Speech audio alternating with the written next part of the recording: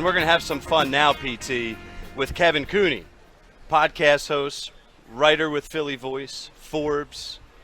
He has an article out on The Athletic, PT, called The Ace of Aces, how Roy Halladay changed the Phillies with his quiet, workaholic nature. And we just played the soundbite over the weekend with Brandy, so perfect.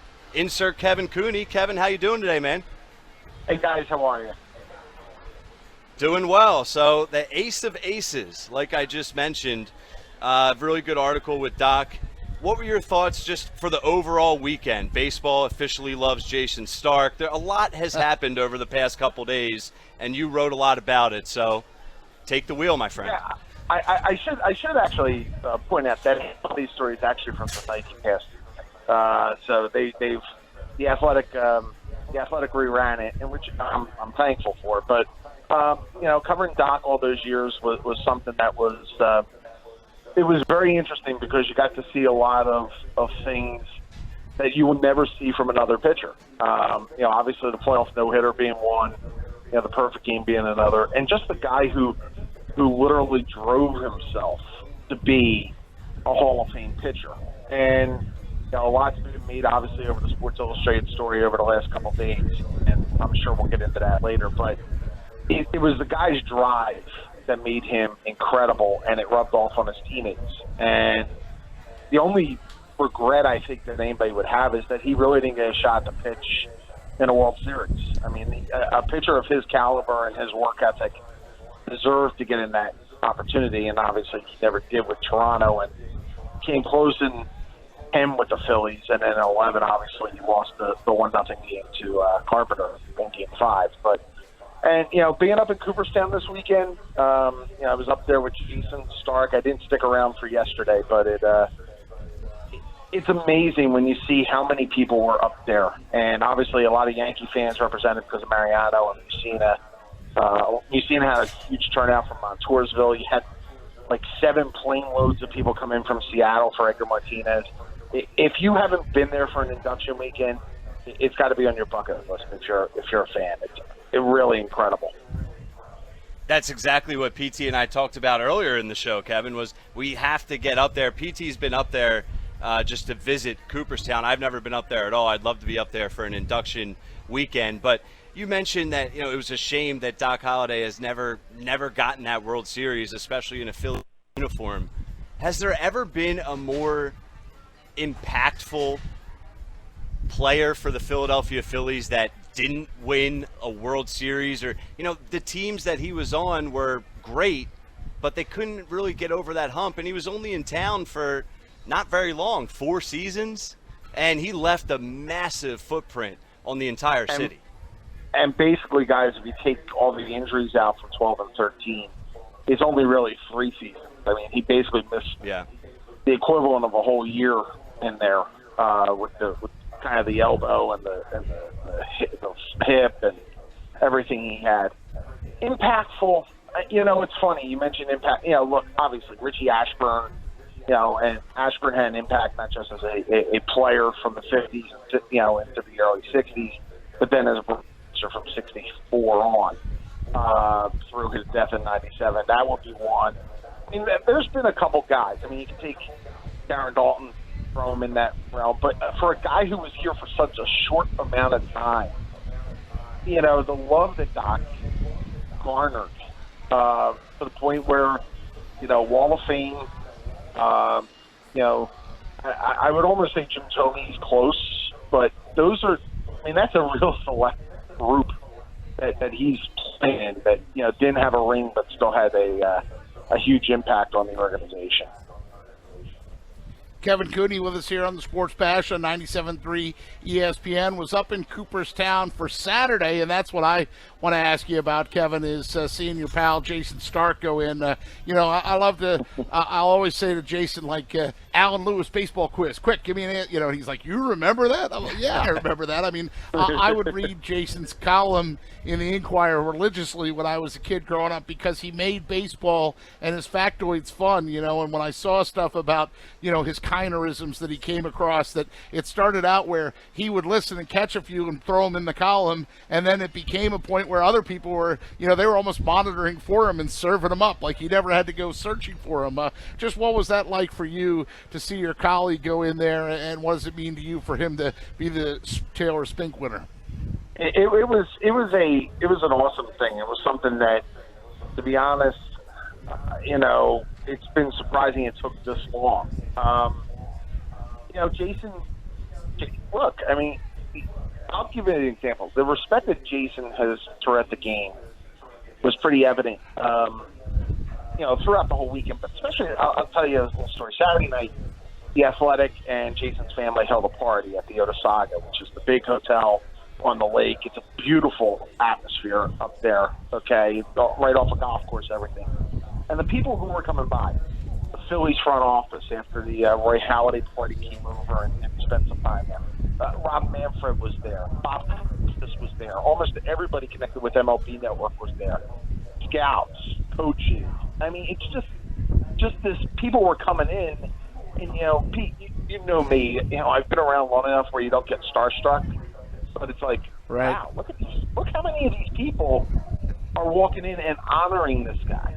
And this is somebody that grew up at a different time, but in my neighborhood. He went to Abraham Lincoln High School before he went to Syracuse. I went to Father Judge. We're neighbors, basically, in that sense. So we grew up in the Northeast, and I remember watching him on the Great Sports Debate. I remember reading Week in Review. It's one of the inspiring things about becoming a writer in this town was that you got to work around Jason Stark. You got to work around Paul Hagen. And think about it, guys. In the last decade, okay, 4 writers with Philadelphia connections have been winners of the Spink Award. Bill Conlon, Paul Hagen, Jason Stark, and Claire Smith, who was nominated out of the New York chapter, that did a lot of time at the Inquirer as well. That kind of a testament to the quality of journalism around here, and I would expect Jim Salisbury will be going in here soon as well. Yeah, kudos to you for putting Jimmy in there as a guy that is certainly worthy. Kevin Cooney's our guest with us here on the Sports Bash at 97.3 ESPN. One more quick thing about Jason Stark before we transition to today's Phillies. And you linked his story in your Philly Voice story about the night the Phillies won the 2008 World Series. And I think I saw Jason's quote that, he was – like he had decided to go to the parade like everybody else, but they tried to drive and got stuck and ended up having to be on the subway somewhere. And somebody on the subway, emotionally told him how much it meant, his words meant to them and how he documented. He said, you understand us, like all the people that were writing about the World Series in 2008 and all the national media and stuff, but you're not necessarily just national media. You get us. And that was like the ultimate compliment for Jason. Yeah, when you live through the Sil Campusano era, I think that pretty much makes you part of the fabric around here when they win the World Series. I mean, Jason and Jason's impact. Look, everybody looks at the numbers and everything. My favorite part of Jason's stuff, and we were putting this together, as the chapter descended in for his nomination a couple years ago. My favorite stuff for Jason is always October, and he works very late. People don't understand how, Pete, you've been in those press boxes where it's 3, 4 o'clock in the morning on a playoff night and you're all packing up, and the last guy out was always Jason. And Jason would be there until everything he had and wanted to say was right in the exact way he wanted to come about. And it was always special. And I think that's always been the part of it. And his connection here on those years was pretty incredible. Yeah, great day up at the Hall of Fame yesterday, especially like you said, Kevin, our area, Northeast Philadelphia. A lot of people down the shore have ties up in that area, my family included. So definitely a cool day. And now transitioning to the current day Phillies, this so cool. Smiley guy, he comes out and he looks like, I mean, I don't think so, but Kapler throws out Cliff Lee. Oh, they Kapler. take 2 of 3. And here we are Monday, and the question really is, now what? Kevin, what are your thoughts on the Phillies as we sit and talk today on July 22nd? Boy, the Heat must have got the game in Pittsburgh. He saw Cliff Lee on the mound. It was almost like a mirage in the desert at that point. Look, Drew Smiley's better than what they had in Pavetta at that spot at this point, I guess. Okay? It's not exactly a high bar they're aiming for at this point. But you got to give them a little bit of credit, guys, here.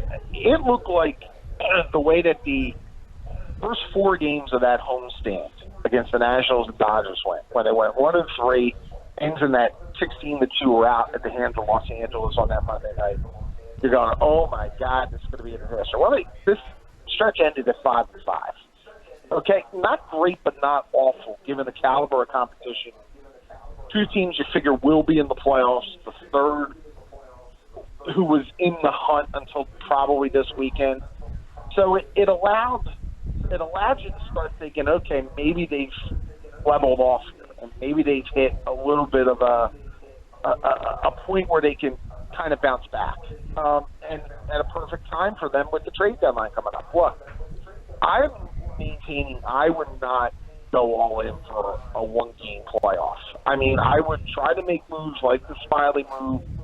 I would kick the tires on some things, as long as you're doing it for long-term remedies. I would not think about Madison Bumgarner at all, even if the Giants were inclined to move him.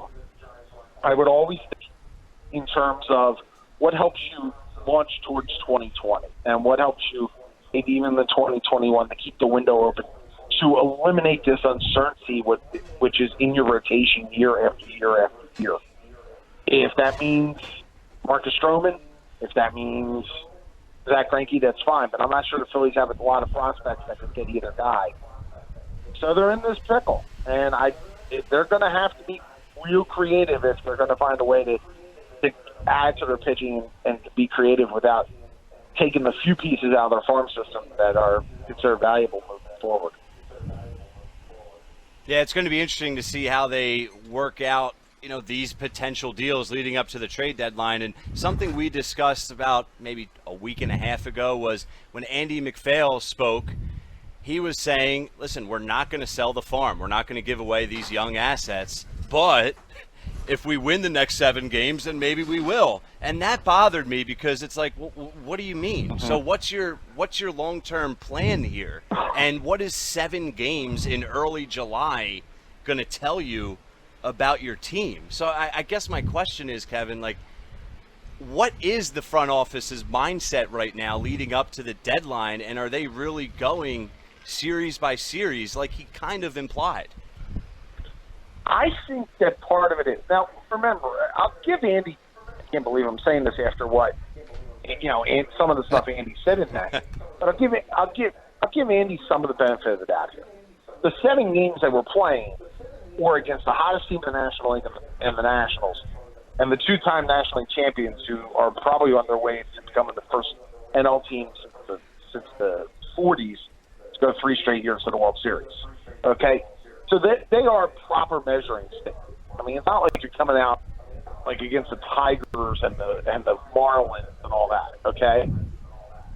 Do I think that they are measuring stick games going forward? Yeah, because let's say you fall 4.5 or 5 back. Let's say you slump against the Tigers and you go play the Braves this weekend and you get swept or something.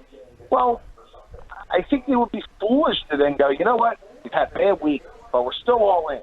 I think you have to gauge things in this market almost on a day-by-day basis because you have to see how many other teams are involved in the wild card race.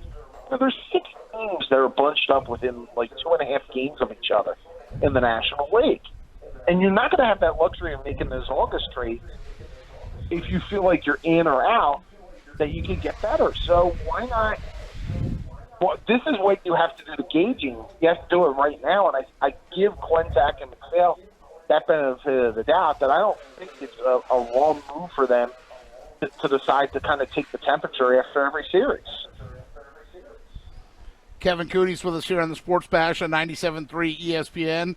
Covers the Phillies. And, Kevin, they get an up-close and personal look at these next 2 interleague games at Comerica Park. I mean, the Tigers have lost 45 of the last 57. So, I mean, there may not be a bigger seller before that trade deadline than Detroit. And a couple big names out there, including the guy that there's going to start against them tomorrow night, and Matthew Boyd. Would Matthew Boyd be attractive to you? Matthew Boyd would be attractive because I think he has 3 years of control left on his contract. 2022. Yeah, 2022. The problem is every team in the race is going to want Matthew Boyd. And, if you're the Yankees, if you're, let's say, the Cubs or another team, Milwaukee would be the prime one that will come to mind, actually, that needs starting pitching. He's probably at the top of your list because he does fill that hole going forward. I mean, it'll cost you more prospects. And again, I think that's where the problem is for the Phillies.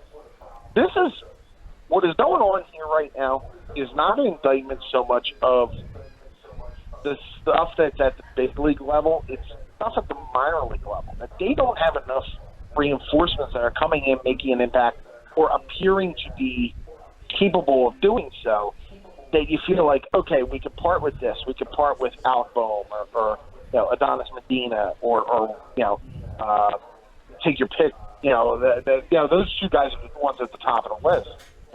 Spencer Howard is another one as well down in single A.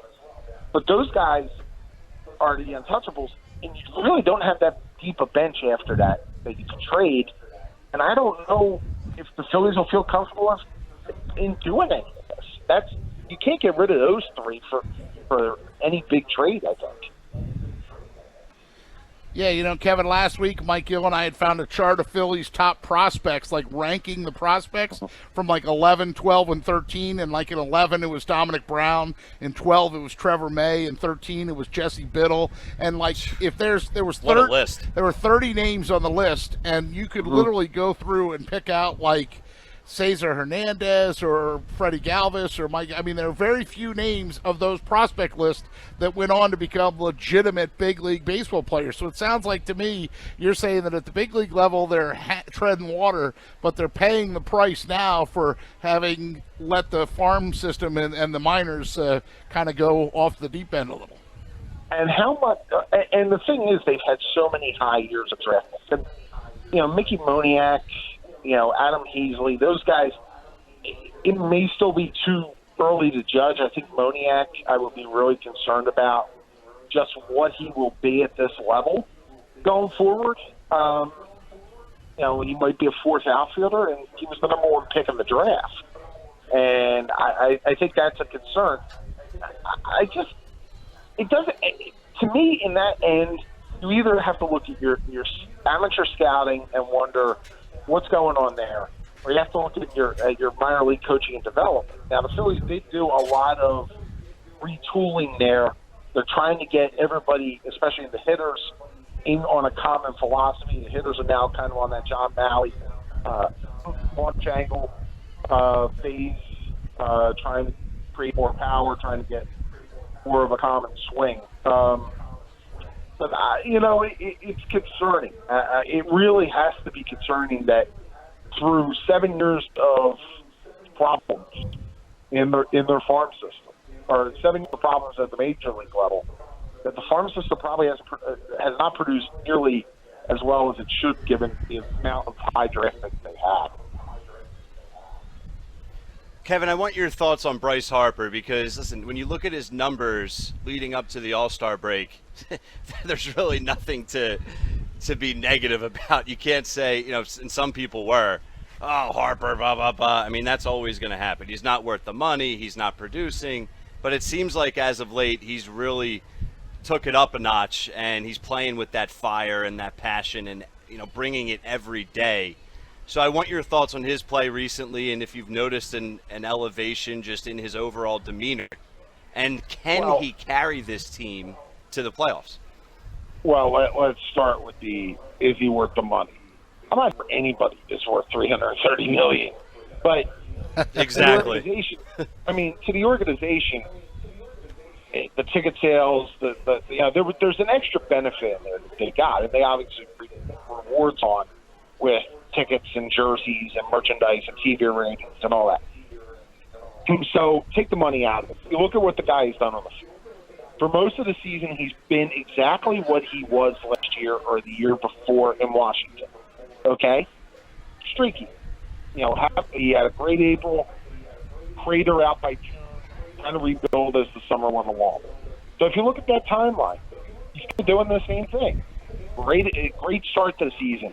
End of April to, I would say, the last week in June, really, wondering what the hell's going on.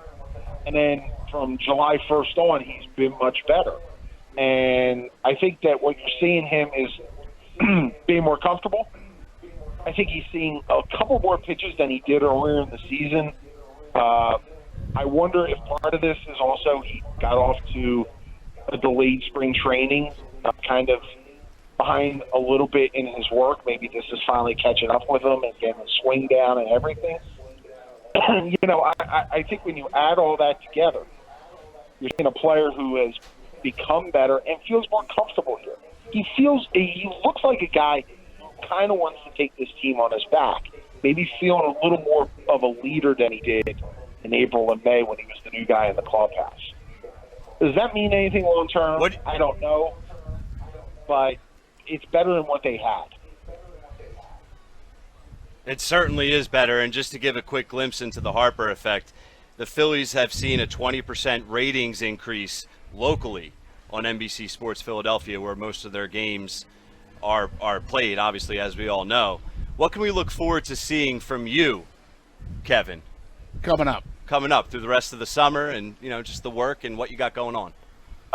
Some more stuff for Philly Voice. Right now I'm pretty much, working on everything that goes around, there's about 5 or 6 different ideas kicking in my head, and some for the Athletic and some for Philly Voice as we move forward through the rest of the summer here. What were your thoughts, Kevin, real quick, on the gentleman that charged the field yesterday with essentially no security present?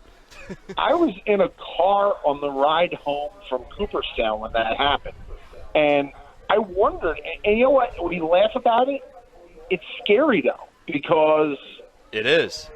Security really has to be tighter in those circumstances. And, we all chuckle when the guy runs on the tarp, during a rain delay. And it's trespassing, I want to encourage it, but it's easy to chuckle at that because, we all kind of go, it's boredom, and nobody else is out there, okay? That's the main point. Well, guys, this guy could have really had, if he had ill intention, there's got to be a better security plan than just kind of waiting for this guy to get to Brad Miller and shake his hand. You got to almost treat everybody that they have ill will on their mind. Yeah, that was scary stuff, and maybe not a better plan, maybe just a plan, Kevin. But nonetheless, Kevin Cooney joining us here on the 3 o'clock hour on the Sports Bash, podcast host, writer for Philly Voice and Forbes, longtime Philadelphia Phillies beat on the beat, and from Northeast Philadelphia. So, Kevin, thanks for a few minutes of your time. We appreciate it, as always. Thanks, guys.